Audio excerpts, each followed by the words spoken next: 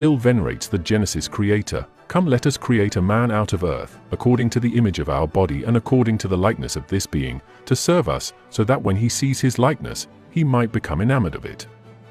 No longer will he ruin our work, rather, we shall make those who are born out of the light our servants for all the duration of this eternal realm. Pause there. Read it again. Not to love us freely. Not to grow toward us in devotion. Not even to worship us. The explicit goal, to serve us. Permanently. The beings born of true light, your divine spark, my divine spark, are to be turned into eternal servants trapped inside bodies of modeled earth. And the final mechanism clicks into place with chilling finality, and thus they were shut into the prisons of the modeled forms until the consummation of the age. And their modeled form became an enclosure of the light. There it is, plain as the blood in your veins. Earth is not a school of souls. It is an enclosure. Your physical body is not a sacred vessel. It is a modeled prison, a container specifically engineered to lock immortal light inside decaying matter so the Demiurge and his 365 archons can siphon its radiance indefinitely. Without that hijacked divine energy, their shadow creation collapses back into the void it crawled out of. Your suffering is not collateral damage. It is fuel.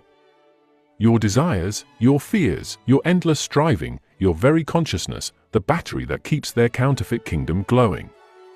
They envy the light because they know it is superior, born from the unknowable source beyond their reach. They fear it because one awakened spark remembering its origin could unravel their entire hierarchy. So they layered trap upon trap, they invented forgetfulness at birth. They wove fate and astrological chains to bind every movement.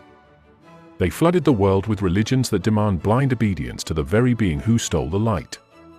They sowed endless distraction, wealth, power, sex, violence, entertainment, so the spark stays chasing reflections instead of turning inward to remember.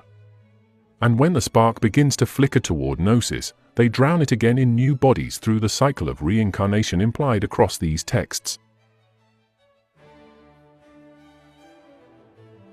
From my research aligning these three primary witnesses, the Apocryphon of John, the hypostasis of the archons, and on the origin of the world, the mechanism is brutally consistent and merciless. 1. Sophia's light falls into error and produces the shadow that becomes Yaldabaoth. 2. The blind Demiurge steals a fragment of that light to animate his lifeless cosmos. 3. To prevent the rest of the light from returning to the pleroma, he traps it inside humanity, enclosing it in modeled forms so it becomes a permanent servant and energy source.